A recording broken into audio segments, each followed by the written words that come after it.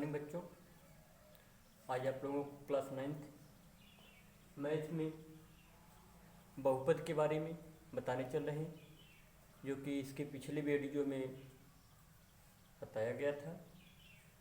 उसमें कुछ चीज़ें आप लोगों को पिछले वीडियो में बताए थे, और बहुपद में भी घात के आधार पर पद की पहचान और पदों के आधार पर, पदों की संख्या के आधार पर उसकी पहचान करना बताया गया था। लेकिन फिर से आप लोग थोड़ा सा देख लीजिए। उस दिन आप लोगों को पद के आधार पर पहचानने के लिए बताए थे कि बीच में जो आप लोगों को प्लस और माइनस का चिन्ह मिलेगा, उस चिन्ह की सहायता से हम जो है पद बता सकते हैं कितने पद का है, बहुपद हमारा कितने पद का है। प्लस और माइनस चिन्ह की सहायता से हम लोग उसको बताते हैं, पता लगाते हैं। जैसे अभी आपको हम दें 7x, ये हमारा जो है एक पदी पद के आधार पर देखा जाए तो एक पदी व्यंजक हुआ। और अगर घात के आधार पर पूछेंगे तो चर पद में अधिकतम घात जो है यदि एक होती है तो वह एक चर बहुपद, या इसको रैखिक बहुपद के नाम से भी जानते हैं। रैखिक बहुपद क्या है? ऐसा बहुपद जिसमें चर राशि की अधिकतम घात एक हो, रैखिक बहुपद कहते हैं। रैखिक बहुपद ऐसा बहुपद जिसमें चर राशि की अधिकतम घात एक हो, चर राशि की अधिकतम घात एक हो, उसे रैखिक बहुपद कहते हैं। ठीक है, तो घात के आधार पर या पद के आधार पर जो हम लोग चिन्ह प्लस और माइनस चिन्ह की सहायता से बताते हैं, और घात के आधार पर जो होता है उसके घात के आधार पर चर पद की जो घात होती है उसके आधार पर बताते हैं। तो जैसे अगर इसको देखें 7x² + 5x + 7, यह जो है आपका कितना है? द्विघाती बहुपद बनेगा। लेकिन अगर पद देखें इसमें तो यह जो है त्रिपदी व्यंजक है आपका। एक पद हुआ, दूसरा पद हुआ और यह तीसरा पद हुआ। तीन पद का है, और घात के आधार पर देखेंगे अगर पूछेंगे तो यह जो है द्विघाती व्यंजक बनेगा। तो कुछ परिभाषाएं आपको इसमें से बताते हुए आगे बढ़ेंगे। जैसे सबसे पहले आपसे पूछेंगे एक पदी बहुपद क्या है? एक पदी बहुपद क्या है?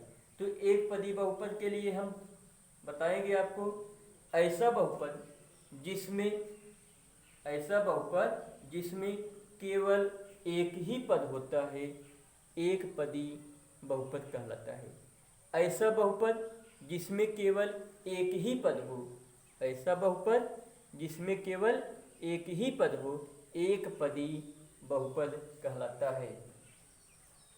उसके बाद फिर आगे देखेंगे द्विपदी, ऐसा बहुपद जिसमें केवल दो पद होते हैं, द्विपदी बहुपद कहलाता है।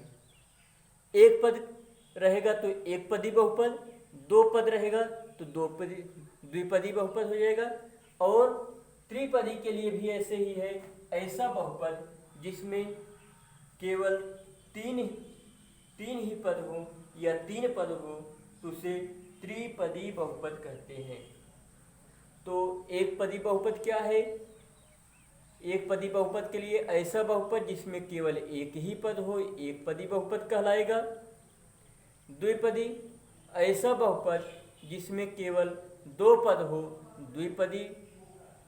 द्विपदी बहुपद है। ऐसा बहुपद जिसमें केवल तीन पद हो, उसे त्रिपदी बहुपद कहते हैं। तो पद की संख्या के आधार पर पद की पहचान के लिए उसमें पदों को देखते हुए बताया गया। अब आप लोगों को घात के आधार पर पूछते हैं, और घात के आधार पर कैसे पता लगाएंगे? तो घात के आधार पर देखिए, जिसमें सबसे पहले हम लोग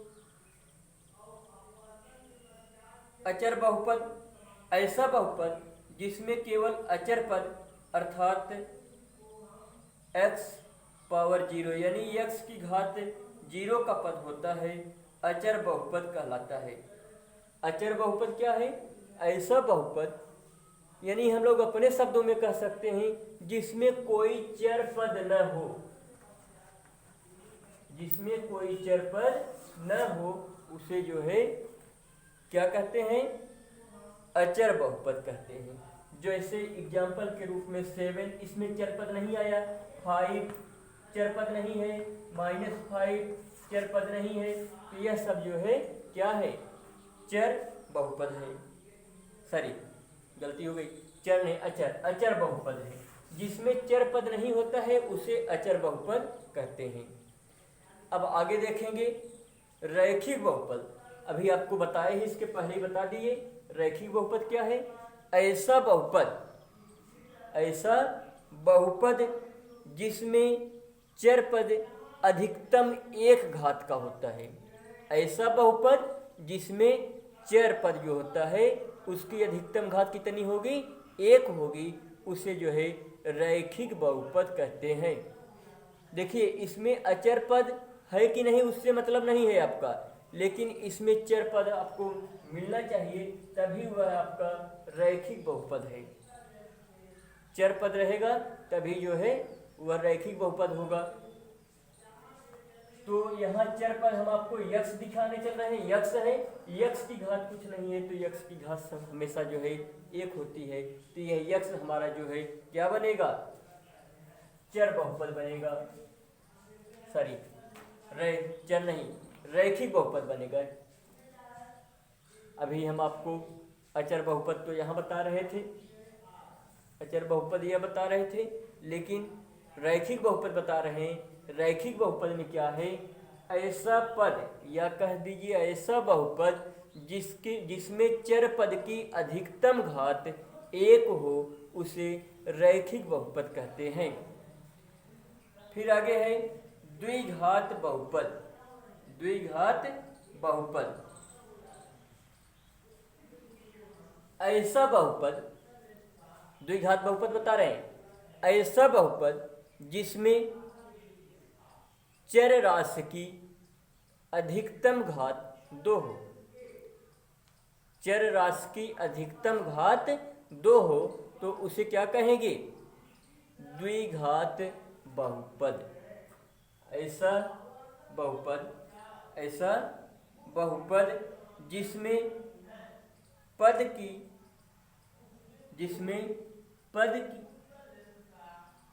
जिसमें चर राशि की अधिकतम घात, चर राशि की अधिकतम घात 2 हो उसे क्या कहेंगे?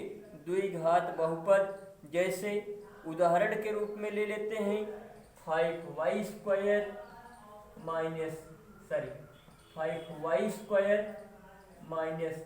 3y प्लस 7, क्या हुआ? द्विघात बहुपद हो गया, द्विघात बहुपद है।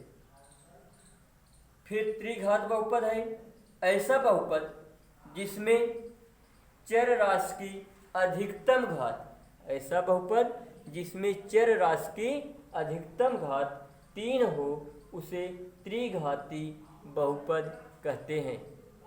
चर राशि की अधिकतम घात कितनी होगी? इसमें 3 होगी।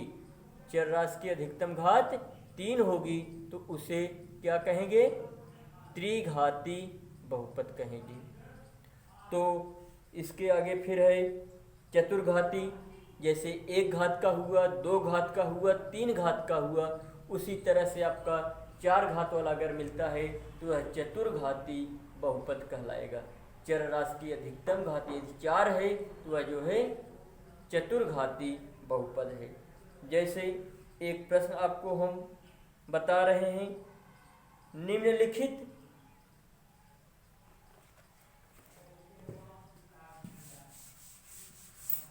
प्रश्न आपके एक्सरसाइज का एग्जाम्पल है, उसके बाद एक्सरसाइज से प्रश्न को बताएंगे। तो एक्सरसाइज का एक एग्जाम्पल है, इसमें दिया हुआ है निम्नलिखित व्यंजकों में पदों के आधार पर, देखिए पद के आधार पर पूछ रहा है, निम्नलिखित व्यंजकों में पदों के आधार पर एक पदी, द्विपदी और त्रिपदी बहुपद ज्ञात कीजिए।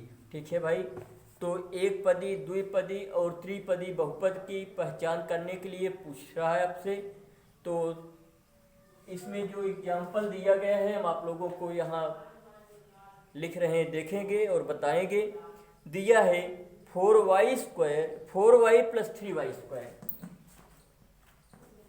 4y प्लस 3y स्क्वायर, यह बहुपद आपको दिया जा रहा है। इसमें पूछ रहा है कि पदों के आधार पर, पद के आधार पर, घात के आधार पर नहीं पूछ रहा है, पद के आधार पर पूछ रहा है कि यह कितने पदी व्यंजक है, कितना पदी व्यंजक है। तो हम आपको बताएं कि पद के लिए जो है प्लस और माइनस चिन्ह की सहायता से उसको हम लोग पहचानेंगे कितना प्लस और माइनस मिला है।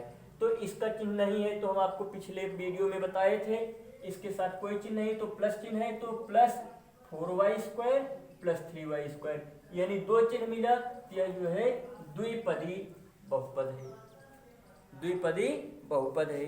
फिर अगला इसमें है, दिया है 3x, 3x में पद के आधार पर पूछा है, तो आप लोग बता ही सकते हैं कितने पद का है, एक पद का। वेरी गुड, आप लोग इसी तरह से ध्यान देंगे।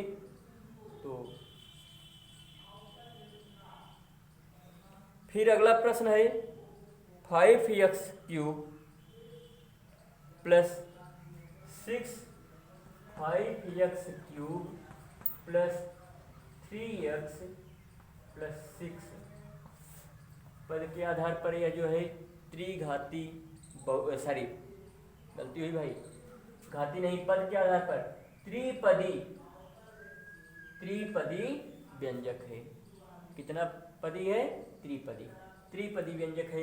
यह जो है आपका द्विपदी व्यंजक हुआ, और यह जो है एक पदी व्यंजक हुआ, यह जो है त्रिपदी व्यंजक हुआ। फिर चलते हैं आपके एक्सरसाइज के प्रश्न पर। तो एक्सरसाइज के आपका प्रश्न है, एक्सरसाइज ही आपको बता देते हैं। एक्सरसाइज है 2.1, एक्सरसाइज 2.1 का प्रश्न है।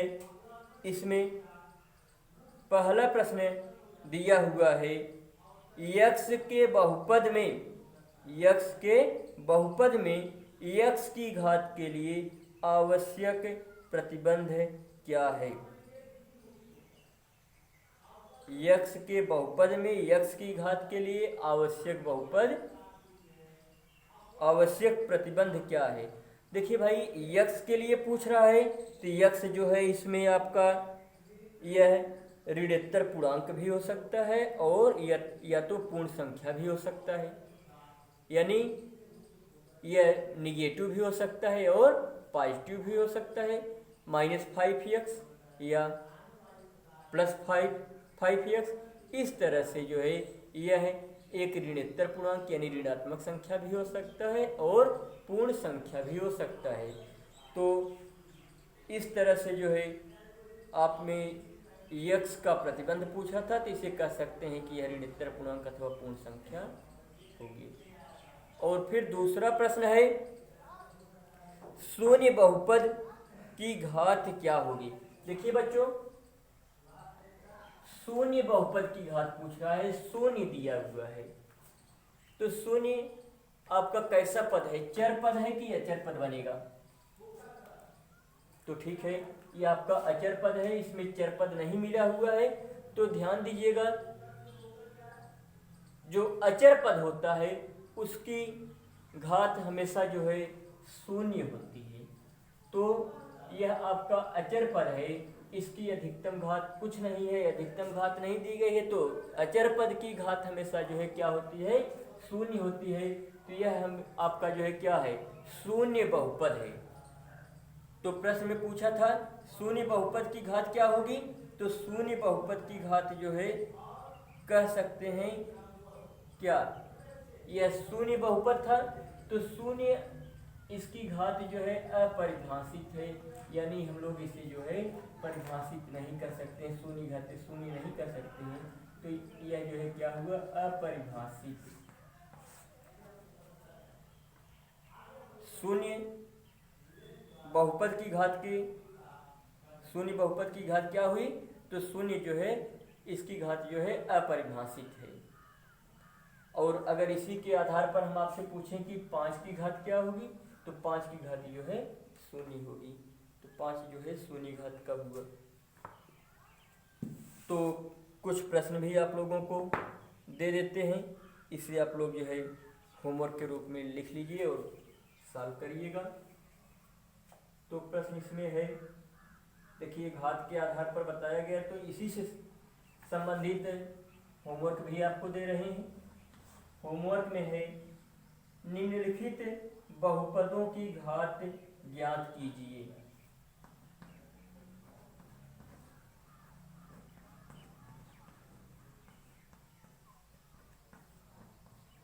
निम्नलिखित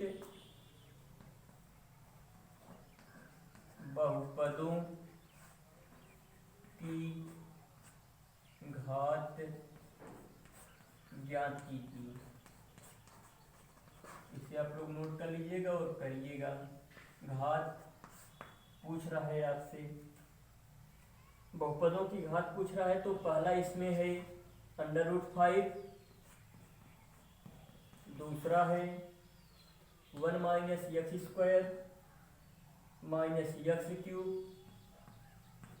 प्लस 2x⁻7 है। तीसरा है x - 1 x+1, इसमें भी आपको घात बताना है। और चौथा है 4x⁴ plus 0.3 x³ plus 0.5 x⁵ plus 5x और प्लस उसी में आगे और दिया जा रहा है 7। तो यह पहला प्रश्न हो गया। दूसरा प्रश्न है पदों के आधार पर एक पदी, द्विपदी और त्रिपदी। पद के आधार पर इसमें आपको बताना है कितना पदी व्यंजक है। प्रश्न नहीं लिख रहे हैं, प्रश्न को आप लोग ध्यान से सुन लीजिए और नोट कर लीजिए। प्रश्न है निम्नलिखित बहुपदों को पदों के आधार पर एक पदी, द्विपदी और त्रिपदी बहुपदों में वर्गीकृत कीजिए, या कह सकते हैं कि एक पदी, द्विपदी और त्रिपदी व्यंजक बताइए कौन कौन से हैं, कैसा व्यंजक है यह। तो इसमें पहला है 20y⁻3 प्लस 3y+8। और दूसरा है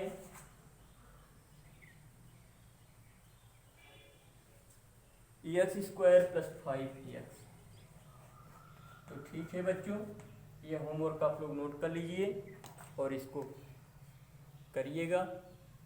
फिर अगले वीडियो में आपसे मिलेंगे। नमस्कार।